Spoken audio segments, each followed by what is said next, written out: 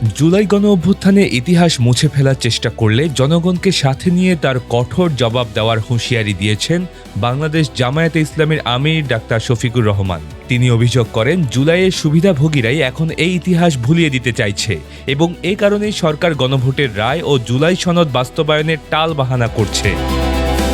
রাজধানীতে আজাদী সংগ্রামের পটভূমিতে জুলাই বিপ্লব শীর্ষক একটি বইয়ের মোড়ক উন্মোচন অনুষ্ঠানে প্রধান অতিথির বক্তব্যে তিনি এসব কথা বলেন।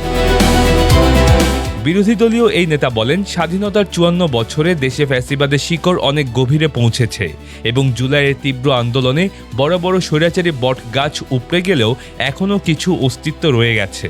পরবর্তীতে বাংলাদেশ ইসলামী ছাত্র শিবির আয়োজিত জুলাই জাগরণ ডকু ফিল্ম প্রতিযোগিতার পুরস্কার বিতরণী অনুষ্ঠানে যোগ দিয়ে তিনি আরও বলেন, বর্তমান সরকার মুখে দাবি বাস্তবায়নের কথা বললেও বাস্তবে তারা উল্টো পথে হাঁটছে। অবিলম্বে সঠিক পথে ফিরে আসার আহ্বান জানিয়ে তিনি সরকারকে সতর্ক করেন, অন্যথায় অতীতে স্বৈরাচারীদের মতোই তাদেরও চরম পরিণতি ভোগ করতে হবে। পাশাপাশি এই জাতির মধ্যে যেন নতুন করে অপরাধী তৈরি না হয়, সেজন্য জুলাইয়ের খুনি ও জুলুমবাজদের দৃষ্টান্তমূলক বিচার নিশ্চিত করা সবার পবিত্র দায়িত্ব বলে মন্তব্য করেন তিনি।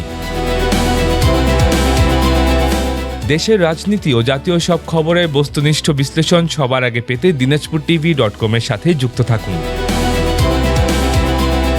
Multimedia desk, Dinajpur TV.